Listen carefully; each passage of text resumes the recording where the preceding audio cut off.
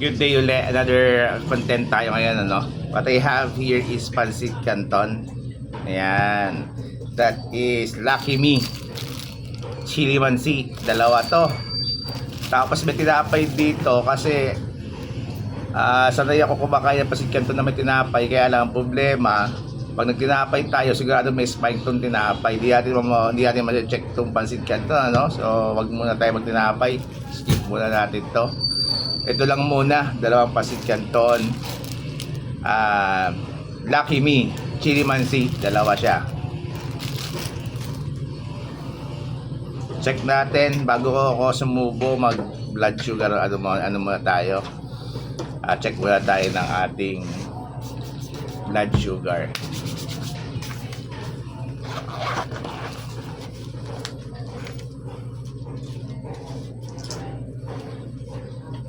Last meal ko kagabi pa yung content natin na hotdog.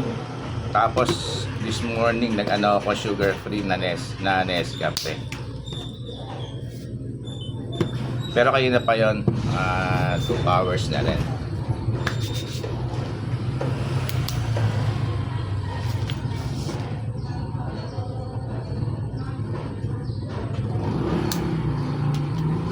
Aray ko. Lapot naman siya.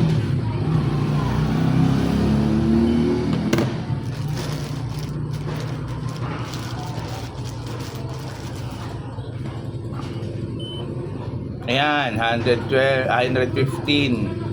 Hindi to normal sa sa morning, no? Dapat sa umaga 110 pababa lang to eh. Pero ayan, umabot ng 115. This is because dun sa huling vlog natin na umabot tayo ng sobrang taas dahil sa right and light tsaka yung hotdog. Pero nevertheless, kaya naman to, 115. Matagal na akong hindi kumain ng Pancit Canton. Kasi may nagsabi sa akin, ang Pancit Canton daw, mahirap to namin sa tiyan. Maabot daw ng, di ko alam kung ano yung sabi niya, 3 days ba? O 4 days pa yata bago daw matunaw. Mula nung narinig ko yun, hindi ako nagkain ng Pancit Canton. Pero for the purpose of vlog or content, eto, kain tayo ng Pancit Canton. Dalawa to. Dalawang maliit. Kung maubos ko man, di okay. Kung hindi man, sabihin ko na lang, pakita ko na lang ng tira. Kain tayo, guys.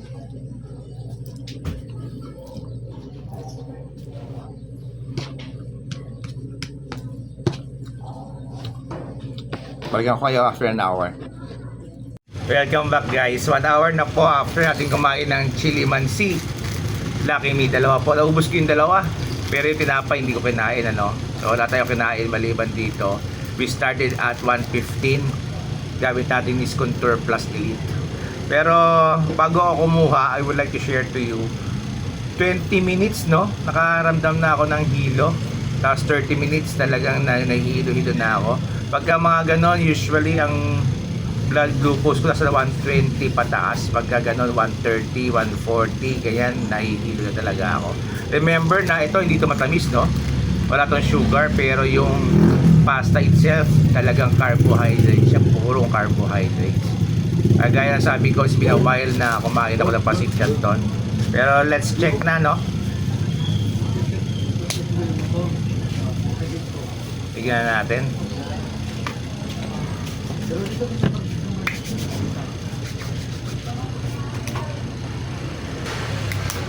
Tapos comment down below kung ano yung mga pagkain na gusto nyong check natin. Saan ba ako kukuha? Naman sa kabila.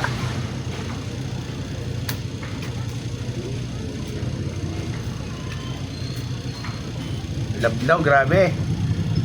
Taas to sigurado. Ayan, grabe, 171. Kagaya na sabi ko sa inyo, pagka nakahilo ka, ang sugar ko umabot ng 140. Talagang nahihilo talaga ako. So eto po yan, 171. Wala po tinapay ito. Usually yung mga kumakain ng pasit canton, hindi naman siya nagkakain ng pasit canton alone, no? Yung iba dyan may kasama pang coke, yung iba dyan may kasama pang tinapay. Eto, we started at 1:15. That explains na kaya nung after 20 minutes ko kumain, nagkilo na ako, and then 30 minutes gusto ko nang kumuha ng blood sugar noon kaya lang take yung isang oras. Actually parang 5-10 minutes more pa bago mag 1 hour, pero grabe ito, this is the highest so far na na-reach ko, 171. So kung may magre-request ng pasit canton, siguro tatanggihan ko na, no?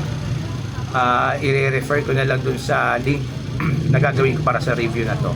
Ito guys, for awareness sa mga mahilig sa pasit canton, kaya sabi ko bihira na ako kumain ng pasit canton, pero for the purpose of the content, ito na, I won't entertain any request like pasit canton, probably ibang brand or ibang, pero siguro kung ibang brand man, siguro isa lang ang kakainin ko, hindi dalawa, no? Grabe to. So fasting ako nito siguro mga 7 hours or 6 hours or probably 10 hours bago ako kumain ulit, no? O kung kumain man ako, I will make sure na pure protein lang siya at walang sugar. Grabe to guys. Yung request ng right and light, siguro hindi muna ngayon, bababain ko muna to. Siguro by tomorrow ready na ako sa right and light. Pero sa nutritional fact niya, maliit lang naman pero mas maging accurate yung test natin sa right and light o sa ibang mga food kung bababa pa to. Ayoko muna mag-check ng kahit anong food, basta comment down below lang, given a chance tomorrow mapababa ko na to. Mag-content na tayo. This is very very alarming, from 150 to 171. Grabe to guys, hindi sa dahil sa matamis.